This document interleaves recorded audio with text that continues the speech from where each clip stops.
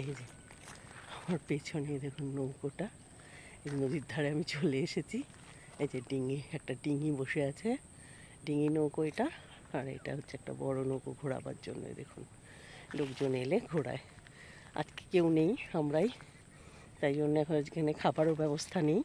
যে লোকজন এলে তখন সব হয়। যে আমার কর্তা ঘুরে বেড়াচ্ছে, আমিও নদীর ধারে ঘুরছি। এই যে দেখুন নদীর জায়গাটায় ঘুরে বেড়াচ্ছি। এই যে দেখুন ওই যে পেছনে ওইখানে দ্বীপগুলো রয়েছে, ওই দ্বীপগুলোতে ঘোরাতে নিয়ে যায়। এটা হচ্ছে মুকুটমণিপুরের পিছন দিকটা। এই যে এখানে একটা ইকো পার্ক করেছে, এখানে কিছু টেন্ট আছে, সব আছে। এবার সবাই এসে এখানে থাকে, খাওয়া দাওয়া সবাই আছে। আমি এখানকার লোককে দেখতে পাচ্ছি না যে থাকা খাওয়ার কত নেয় কি নেয়, পরে যাওয়ার সময় জিজ্ঞেস করে যাব। এই হচ্ছে এখানে জায়গাটা এসেছিলাম, আজকে কেউ নেই এখানে। একজন মাছ ধরছে, দেখুন মাছ ধরছে।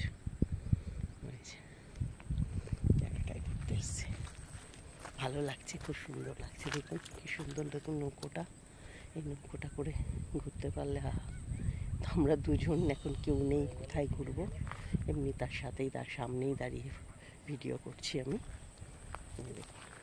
ছোট একটা ডিঙি নৌকো, আমার কর্তা এই যে পেছনে ঘুরছে, ও পেছনে ঘুরছে, ও ছবি তুলছে। খুব ভালো লাগছে। দেখুন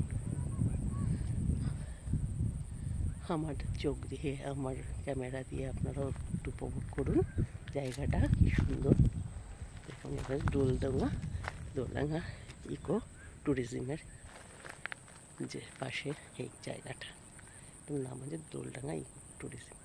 এই যে পাশে দেখুন ওইটা, ওই যে দেখেছেন জায়গাটা।